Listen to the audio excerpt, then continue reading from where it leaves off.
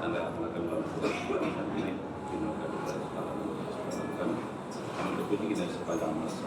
Amin. Amin. Wih. Cep. Kita.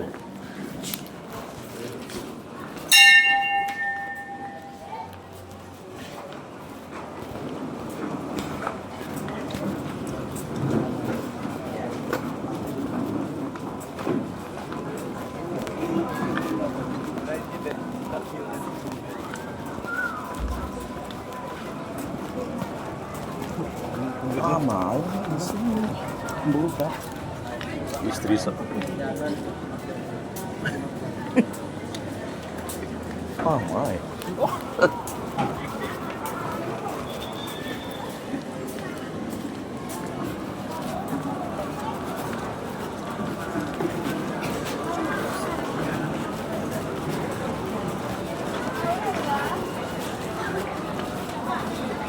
Coba.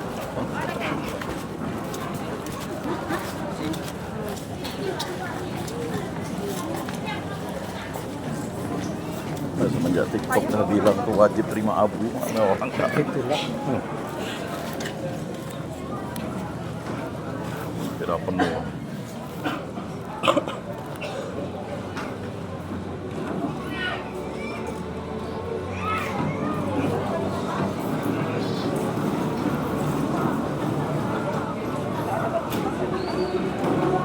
Hasrat datang menjelang Tuhan,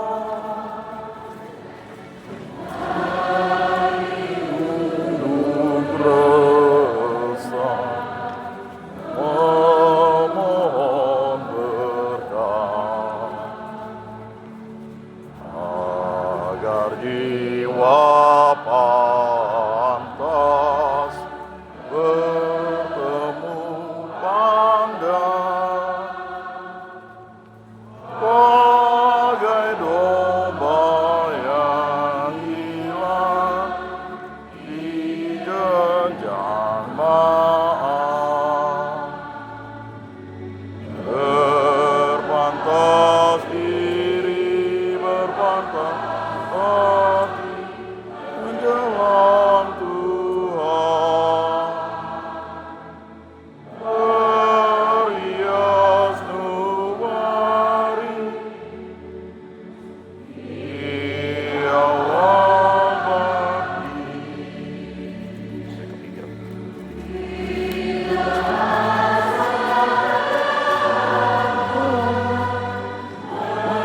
Menjelang Tuhan, hati runduk rendah memohon berkat agar jiwa pantas bertemu pandang bagai domba yang hilang di genjang maaf, berpantas diri bersiap hati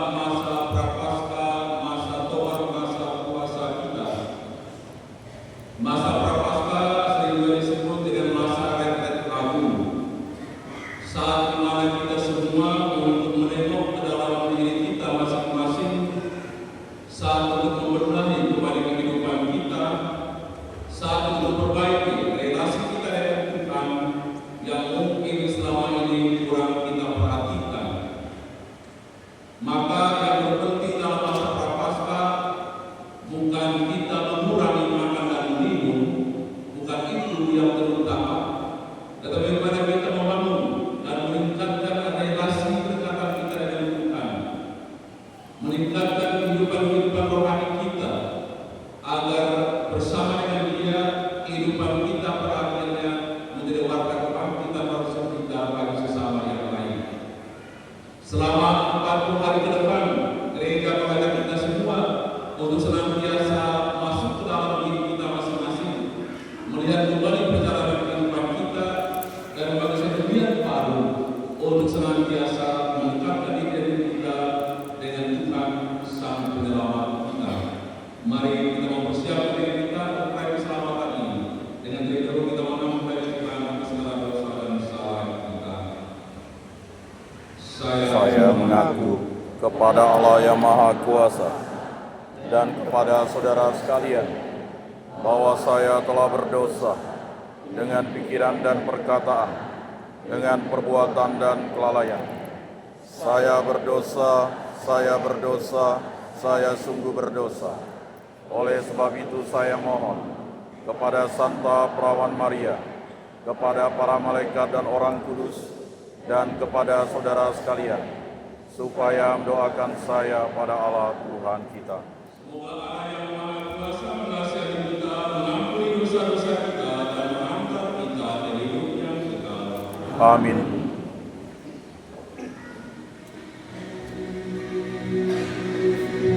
Marilah berdoa.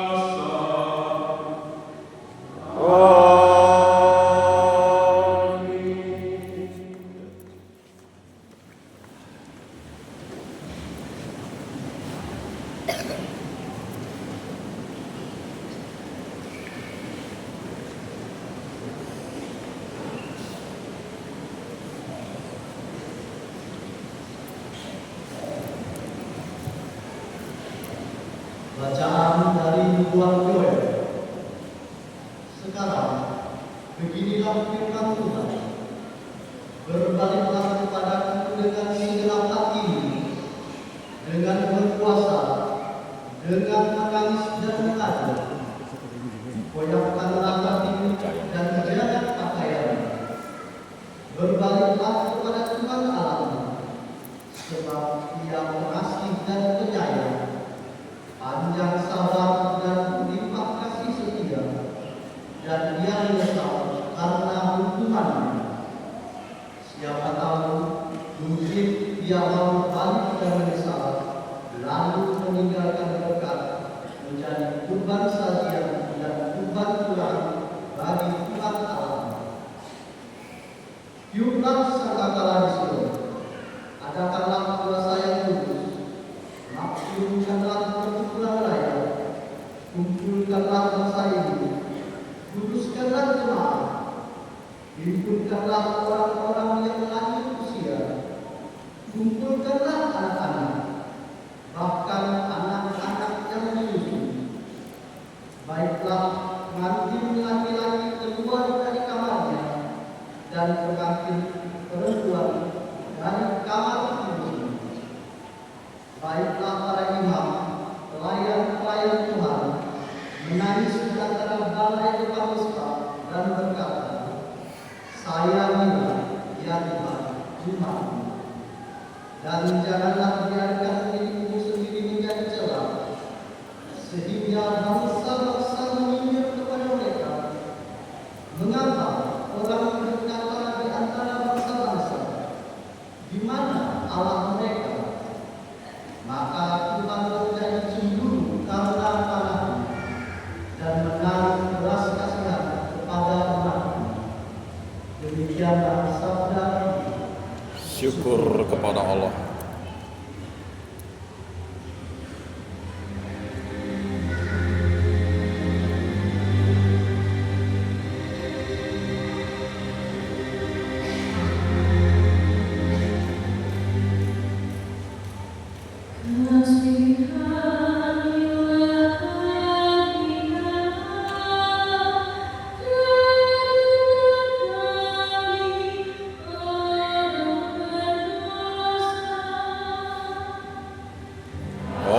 Kasihanilah kami ya Allah, karena kami orang berdosa.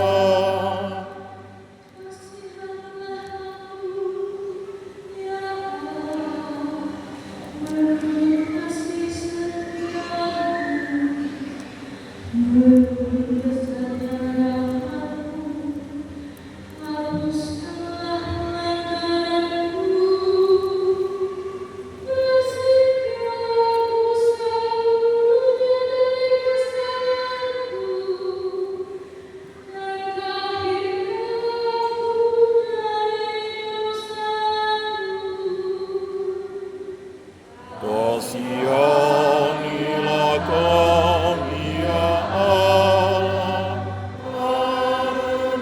kasih orang berdosa.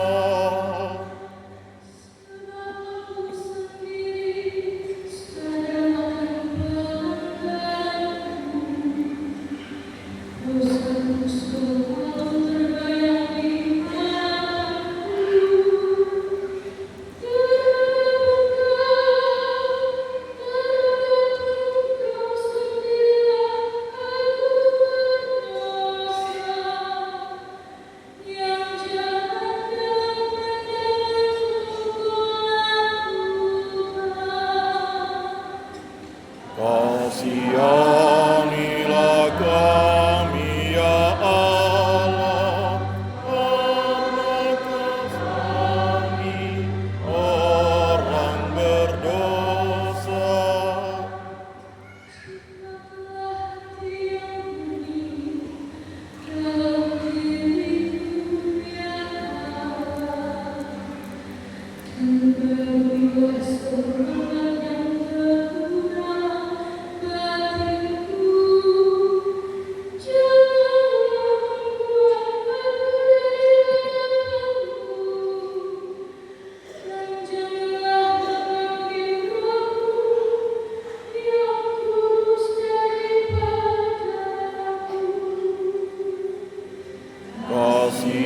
Kasihanilah kami ya Allah, karena kami orang berdosa.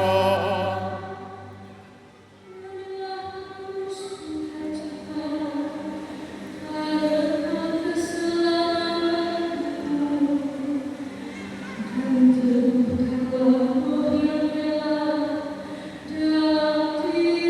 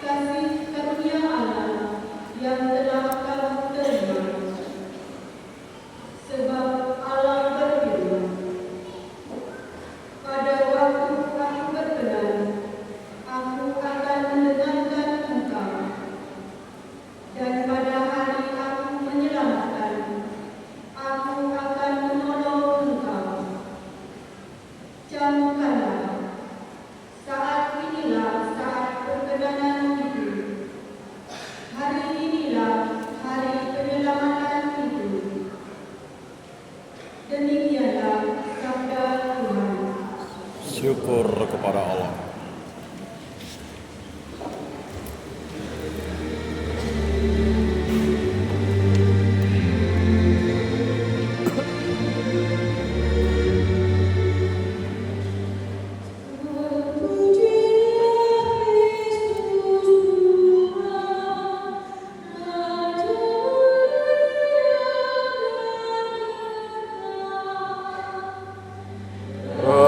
Terpujilah Kristus Tuhan, Raja mulia dan kekal.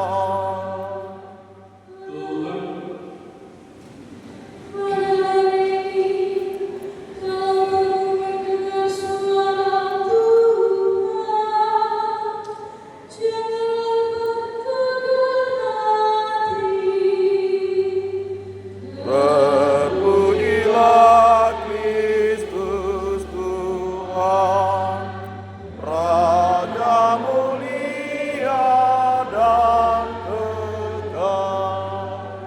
Tuhan bersamamu. Dan bersama roh. Inilah Injil suci menurut Matius. Dimuliakanlah Tuhan. Dalam khotbah di bukit, Yesus bersabda kepada murid-muridnya, "Ingatlah, jangan kamu melakukan kewajiban agamamu di hadapan orang supaya dilihat mereka. Karena jika demikian, kamu tidak beroleh upah dari Bapamu yang di surga. Jadi apabila Anda memberi sedekah, janganlah Anda mengumbar-umbarkan hal itu, seperti yang dilakukan orang munafik di rumah-rumah ibadat dan di lorong-lorong supaya dipuji orang. Sesungguhnya aku berkata kepadamu, mereka sudah mendapat upahnya. Tetapi jika engkau memberi sedekah, janganlah diketahui tangan kirimu apa yang dilakukan tangan kananmu. Hendaklah sedekahmu itu diberikan dengan tersembunyi, maka Bapamu yang melihat dan tersembunyi akan membalasnya kepadamu. Apabila kamu berdoa, janganlah berdoa seperti orang munafik. Mereka sudah mengucapkan doanya dengan berdiri dalam rumah-rumah ibadat dan pada tikungan-tikungan jalan raya, supaya mereka dilihat orang. Sesungguhnya aku berkata kepadamu, mereka sudah mendapat upahnya. Tetapi jika engkau berdoa, masuklah ke dalam kamarmu, tutuplah pintu, dan berdoalah kepada Bapamu yang ada di tempat yang tersembunyi. Dengan demikian Bapamu yang melihat dan tersembunyi akan membalasnya kepadamu. Apabila kamu berpuasa, janganlah murah mukamu seperti orang munafik. Mereka mengubah air mukanya supaya orang melihat bahwa mereka sedang berpuasa. Sesungguhnya aku berkata kepadamu, mereka sudah mendapat upahnya.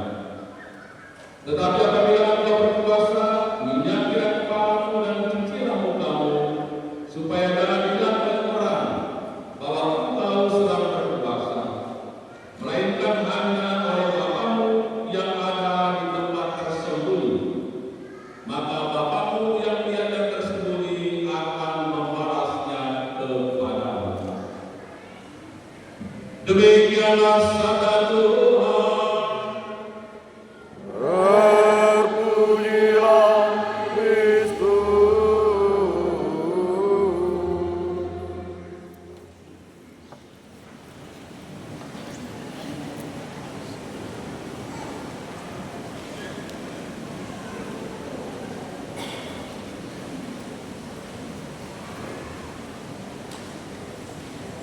Bapamu yang melihatnya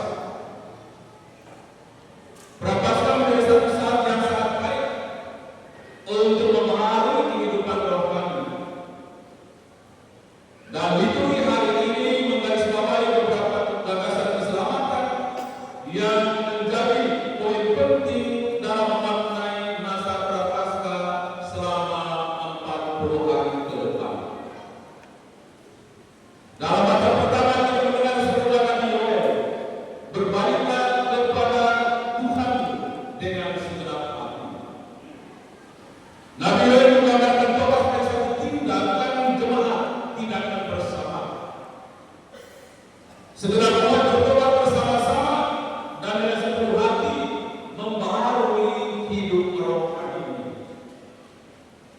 Maka tobat yang benar menuntut suatu perubahan sikap mental. Itu berarti mau dengan ikhlas hati berbalik kepada Allah, satu-satunya tujuan dan arah hidup manusia, serta mau memberikan diri untuk didamaikan dengan Allah sendiri. Tobat sebagai jalan kembali kepada Allah telah terbuka lebar di depan kita berkat kasih karunia Allah. Dan kita bersyukur bahwa tahun ini kita memasuki masa tertentu. Di sana tersedia bagi kita pintu rahmat keselamatan Allah. Di sana tersedia bagi kita saat mana Allah akan mengulurkan tangannya untuk menerima setiap orang yang bertobat dari dosa-dosanya. Karena itu Santo Paulus melihat saat ini sebagai kesempatan untuk diselamatkan, yang harus dimanfaatkan sebaik-baiknya oleh setiap orang. Sekarang saatnya yang tepat, aku akan mendengarkan engkau. Sekarang inilah waktu yang diperkenankan aku menolong engkau. Sekarang inilah hari untuk diselamatkan. Sebab itu kami mohon dengan sangat, janganlah kau menyia-nyiakan kebaikan hati Allah. Demikianlah seruan Santo Paulus yang terdapat dalam bacaan kedua kali. Bapak Ibu saudara-saudari yang terkasih, ada 3 hal penting yang disampaikan Yesus di dalam bacaan Injil, yang pada akhirnya menjadi 3 kewajiban utama Kristiani yang senantiasa terus-menerus kita kembangkan di dalam kehidupan kita. Yang pertama itu memberi sedekah, yang kedua itu berdoa, dan yang ketiga itu berpuasa. Salah satu tanda pendapat tobat ialah memberikan sedekah, berbagi kebaikan, berbagi rahmat dengan sesama yang lain. Karena itu pengikut Kristus diminta untuk memberikan sedekah bukan dari kelimpahannya, melainkan dari apa yang saat ini mereka miliki, seperti waktu, bakat, keterampilan, pengetahuan, kemampuan, dan lain sebagainya. Mereka dapat pula memberikan sedekah dalam bentuk sumbangan rohani, seperti mengampuni, mengasihi sesama, berupah korban untuk orang lain, dan saling mendoakan satu sama lain.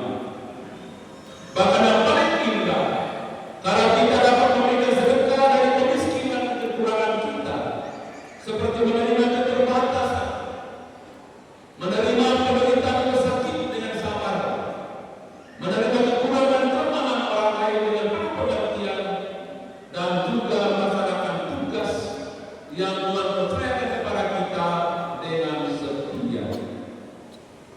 Memberi sedekah yang paling terpuji ialah apabila penerima tidak mengetahui pemberi dan pemberi tidak mengetahui penerima. Apa yang kau berikan oleh tangan kirimu, janganlah diketahui oleh tangan kananmu.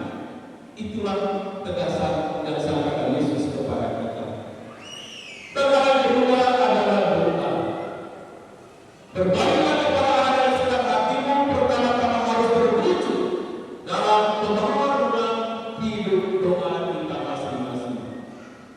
Doa sendiri merupakan kasih yang sosial, menyatukan pribadi dengan kehendak Allah. Doa yang benar bukan ditujukan kepada kepentingan sendiri, melainkan satu pengakuan yang ikhlas akan peranan atau keterlibatan Allah dalam kehidupan manusia.